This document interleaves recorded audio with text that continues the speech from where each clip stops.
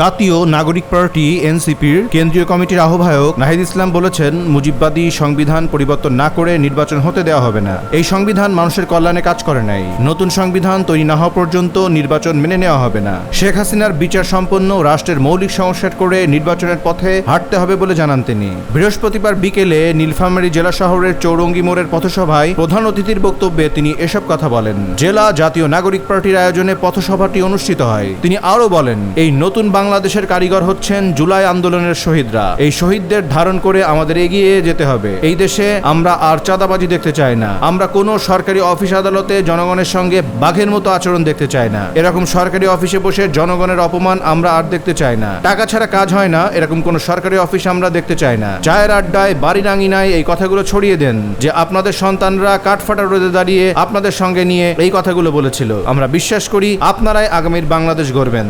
News desk, দৈনিক রানার।